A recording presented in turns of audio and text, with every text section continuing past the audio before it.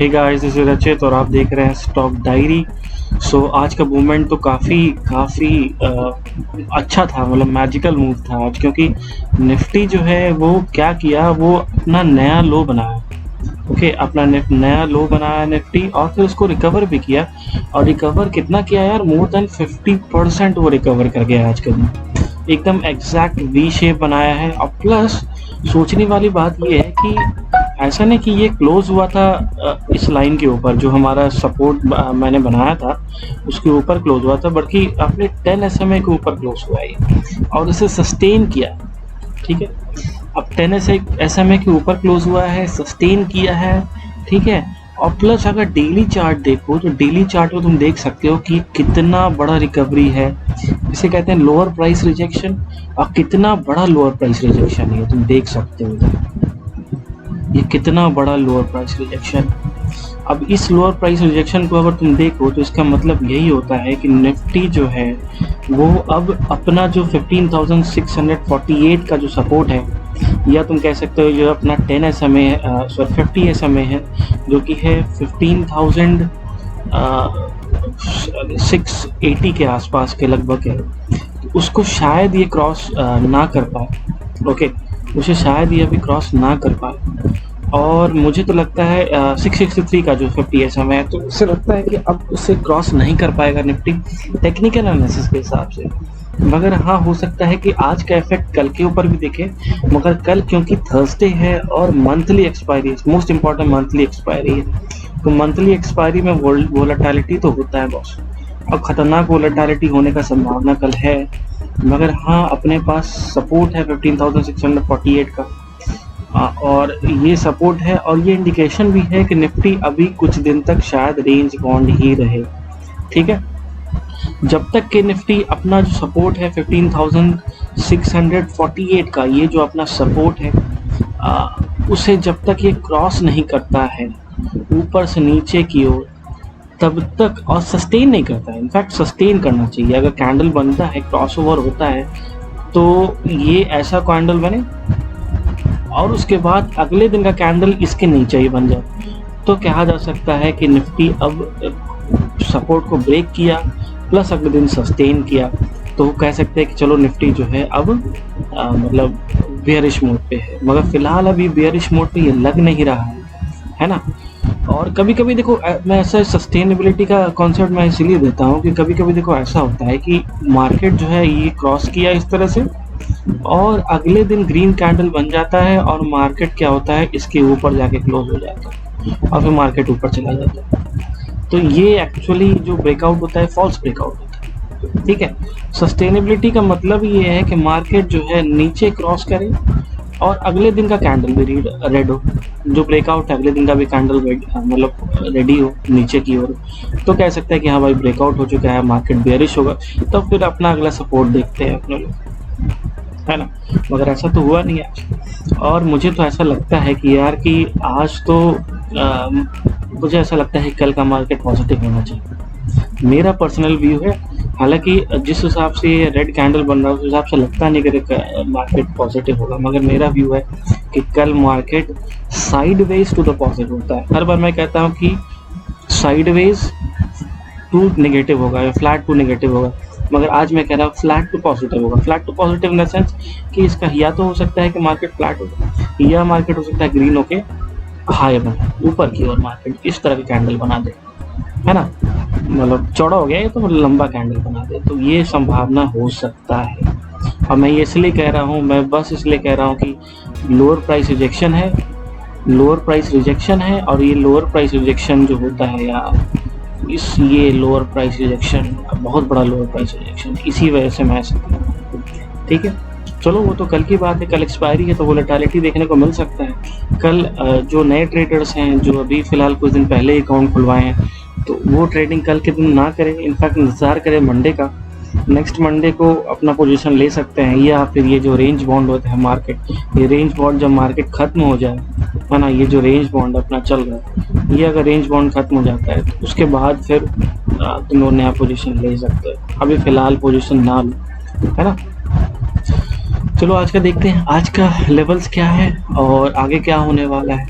तो bank Nifty देखो, bank Nifty भी अप्रोक्सीमेटली वैसा ही कर्व बनाया है, मगर निफ्टी जैसा बड़ा विक नहीं है इसमें। बैंक निफ्टी इनफैक्ट तो 100 SMA पे जाके वो 100 SMA से लौटा है। तो बैंक निफ्टी का तो चलो ठीक है, क्योंकि 100 SMA का सपोर्ट था और वो सपोर्ट को ओबे किया है, मतलब अपने सपोर्ट को ओबे किया है, मगर निफ्टी तो ऐसा कोई सपोर्ट दिख नहीं रहा था। 50 SMA को भी तोड़ दिया, फिर नीचे आया, फिर ऊपर चला गया। खैर अच्छी बात है। और आज तुम्हें मैं बता दूं, FIIs जो हैं आज भी सेलिंग मोड पे था। मैंने कल कहा था कि FIIs आज के दिन सेलिंग मोड पे रहेंगे, और वो आज सेलिंग मोड में थे। इनफैक्ट FIIs ने आज, तुम देखो यहाँ डेटास अगर मैं दिखाता हूँ, FIIs देखो यार, 2274 करोड़ का नेगेटिव वैल्यू उन्होंने शो किया, ठीक है। बाइंग 6900 करोड़ का है और सेलिंग 9200 करोड़ का है। तो मतलब सेलिंग आज उनका ज़्यादा था। तो मैंने प्रेडिक्ट किया था कि आज सेलिंग मोड में FIIs रहेंगे, और सेलिंग मोड में थे, तगड़ा सेलिंग मोड में थे। मगर जो मार्केट रिकवर किया है आज के दिन, जो तुम रिकवरी आज के दिन देख पा रहे हो, जिस रिकवरी की मैं बात कर रहा हूँ, वी शेप रिकवरी की मैं बात कर रहा हूँ, वो रिकवरी एक्चुअल में DIIs के द्वारा था। ये जो रिकवरी, ये जो सेक्शन है तुम्हारा, ये जो सेक्शन है, ये एक्चुअली FIIs के द्वारा, क्योंकि FIIs तो 2200 करोड़ का नेगेटिव वैल्यू बना दिया उन्होंने। तो आखिर कौन कर रहा है? तो ये जो हमारे डोमेस्टिक इंस्टीट्यूशनल इन्वेस्टर है ना, उनके द्वारा रिकवरी हुआ है। वो एक्चुअली आज 900 करोड़ के पॉजिटिव वैल्यू पे, ठीक है। सेलिंग हुआ, उसके बाद DIIs ने अपना पोजीशन संभाला, 900 करोड़ का पॉजिटिव वैल्यू लिया और ये मार्केट ऊपर गया। हालांकि FIIs टोटली नेगेटिव नहीं है, वो जो 6600 करोड़ का तुम देख पा रहे हो, जो नेगेटिव वैल्यू देख पा रहे हो, वो कहाँ से आ रहा है एक्चुअली? वो एक्चुअल में आ पा रहा है तुम्हारा ये 6900 करोड़ का, उसमें कुछ स्टॉक कॉल ऑप्शंस को FIIs ने लिया है, ऐसा बात नहीं। तुम देख सकते हो, मैं तुम्हें दिखा देता हूँ। ये जो वैल्यूज देख रहे हो यहाँ पे स्टॉक कॉल ऑप्शंस FIIs ने थोड़ा सा दिए हैं। यहाँ पर थोड़ा बाइंग हुआ है, FIIs ने आज के दिन थोड़ा बाइंग किया है स्टॉक कॉल ऑप्शंस को, और पुट वैल्यू का आज उन्होंने फिर से डाउन किया है। मगर अब मुद्दे वाली बात यह है कि FIIs ने पुट वैल्यू एकदम मिनिमम पे कर लिया, 50% के आसपास कर लिया। तब देखने वाली बात है कि क्या इसे ये होल्ड करते हैं, है ना, या तो देखो ये होल्ड करेंगे और कल का मार्केट जो है, मतलब स्टॉक पुट ऑप्शन जो है वो फ्लैट रहेगा अप्रॉक्सीमेटली, या हो सकता है कि ये फिर यहाँ से पुट वैल्यू को यहाँ से ये बढ़ा दें, इस यहाँ पर। तो या तो फ्लैट रहेंगे या तो पुट वैल्यू बढ़ा देंगे, तो दोनों में से एक ही चीज़ हो सकता है ना। तो देखते हैं कल का दिन हो सकता है कि ये स्टॉक में थोड़ा सा क्या ये पुट ऑप्शन फ्लैट रहे, स्टॉक कॉल ऑप्शन थोड़ा अपर साइड पे रहे। मगर हाँ, एक अच्छी बात और क्या है कि ऑप्शन कॉल ऑप्शन जो है वो बॉटम आउट हो चुका है। ऑप्शन कॉल ऑप्शन तुम देख सकते हो यहाँ, ये बॉटम आउट हो चुका है, ये बॉटम आउट है। ये इसका मिनिमम वैल्यूज था, है ना, जो हम लोग हमेशा देखते आ रहे हैं कि देखो ये यहाँ पे 55% का सपोर्ट है, तो ये मिनिमम वैल्यू है, ठीक है, और वहीं पर अप्रॉक्सीमेटली है। मगर एक अच्छी बात क्या है कि जो कॉल पुट ऑप्शंस है वो अभी तक हाई नहीं लिया है, मगर ये पोजीशन यहाँ पे, ये जो पोजीशन है ये बॉटम आउट हो चुका है, ये पोजीशन बॉटम आउट हो चुका है। तो इसका मतलब ये है कि कल के दिन खरीदारी होने की संभावना है, कॉल ऑप्शन खरीदारी होने की संभावना है। मगर क्योंकि कल मंथली एक्सपायरी है तो ये इसका डेटा कल के लिए बेकार है ना। जो भी खरीदारी होगी वो फ्राइडे को होगी, ऐसे तो रोल ओवर होगा, तो रोल ओवर में फ्यूचर ऑप्शन खरीदाएगा तो फ्राइडे को होगा या तो मंडे को होगा। फ्राइडे को जनरली रोल ओवर होगा, है ना, फ्यूचर में। और ये क्योंकि अब अगले मंथ का हमें डेटा देखना है, तो इस मंथ का डेटा कल को कोई मतलब बनता नहीं, ठीक है। FIIs इसको बॉटम आउट कर चुके हैं, है ना, टोटली वैल्यू सेल कर चुके हैं, क्योंकि FIIs जानते हैं रेंज बाउंड मार्केट में वो दोनों साइड का मूवमेंट हो सकता है, इसीलिए FIIs ने यहाँ पर वक्त रहते ही नहीं इसके बॉटम आउट कर दिया। इसे भी कल क्लोज कर देंगे, बॉटम आउट कर देंगे। तो अभी हमें जो एनालिसिस करना है वो सिर्फ और सिर्फ टोटल वैल्यूज पे करना है, फ्यूचर क्लाइंट्स पे करना है और स्टॉक पे करना है। तो इसी पे आज एनालिसिस होगा। तो एनालिसिस करने से पहले इधर लेवल्स जांच लेते हैं, हमारा लेवल्स क्या है। तो हमारा लेवल्स अभी चल रहा है हमारे पास 3 रेजिस्टेंस हैं फिलहाल, 15,776, 15,790, मतलब 15,769 से लेकर 15,790, ये 30 पॉइंट्स जो हैं वो तगड़ा रेजिस्टेंस है अर्ली कैंडल पे भी और डेली कैंडल पे भी, सॉरी डेली चार्ट पे भी थोड़ा बहुत। तो ये ऑप्शन चैनल से जो तुम देख सकते हो कि एक्चुअल में जो मार्केट है वो कहाँ पे हमारा सेलिंग हुआ, ठीक है।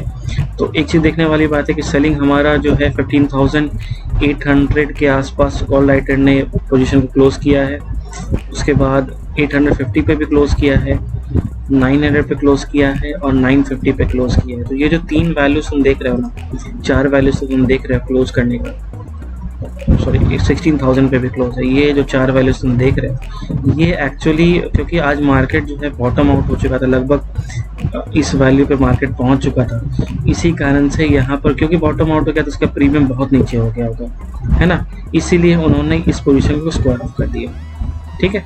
आज मार्केट बॉटम आउट हो गया था, इस वैल्यू पे पहुंच गया था, यहाँ का प्रीमियम बहुत कम हो गया था, तो जो कल स्क्वायर ऑफ करते उन्होंने पोजीशन आज ही स्क्वायर ऑफ कर दिया, ठीक है।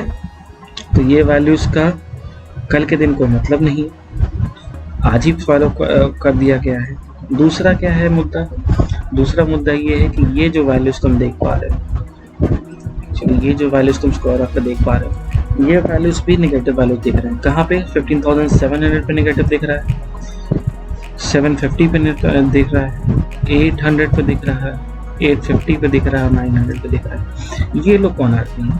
तो मुद्दा ये है कि भाई आज के दिन जब इस वैल्यू पे मार्केट पहुंचा था, इस वैल्यू पे मार्केट जब आज के दिन पहुंचा था तो हुआ क्या कि ये हो गया इन द मनी, है ना, ये हो गया इन द मनी और ये हो गया इन द मनी, इसका प्रीमियम बढ़ना शुरू हो गया, ठीक है, और पैनिक सेलिंग हो गया, इसीलिए ये पोजीशन, बहुत सारे पोजीशन यहाँ पर स्क्वायर ऑफ कर दिए गए, ठीक है, इसीलिए यहाँ पे पोजीशन से बहुत सारे स्क्वायर ऑफ कर दिए गए। एक रीज़न तो ये है।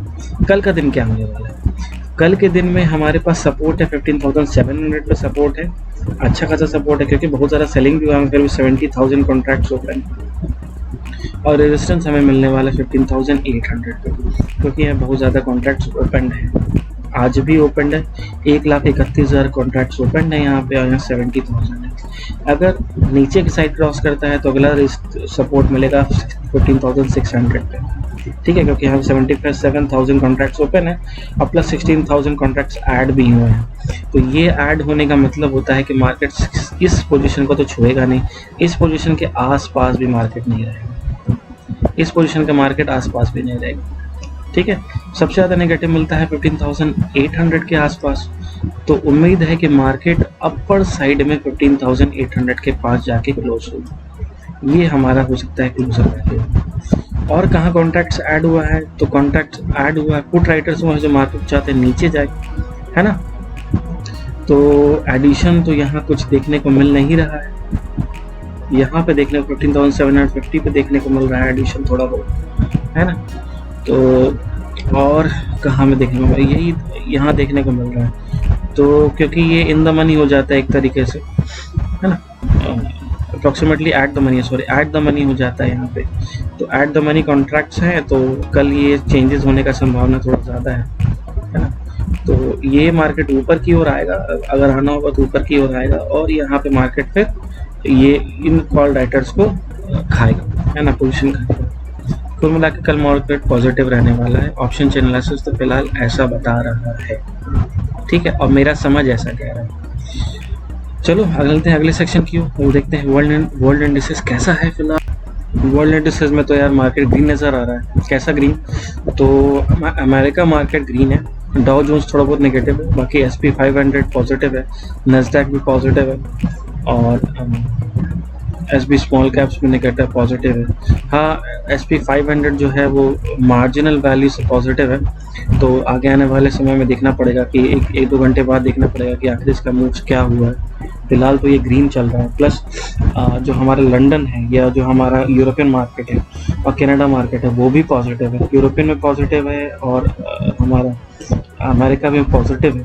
नेगेटिव कौन है, तो नेगेटिव हमारा बस एशिया मार्केट है। एशिया में शंघाई नेगेटिव है, चाइना नेगेटिव है, चाइना थोड़ा बहुत पॉजिटिव है।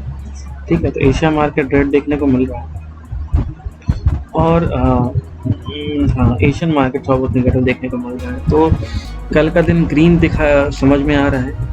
कल के दिन का बस सुबह देखने वाली बात होगी। सुबह अगर जो हमारा सिंगापुर का है निफ्टी फ्यूचर जो सिंगापुर में ओपन होती है, अगर वो गैप अप ओपनिंग शुरू करता है या स्ट्रेंथ शो करता है तो मार्केट पॉजिटिव होने का संभावना है। ठीक है, तो वो सुबह 8 साढ़े 8 के आसपास देख लें तो समझ में आ जाएगा।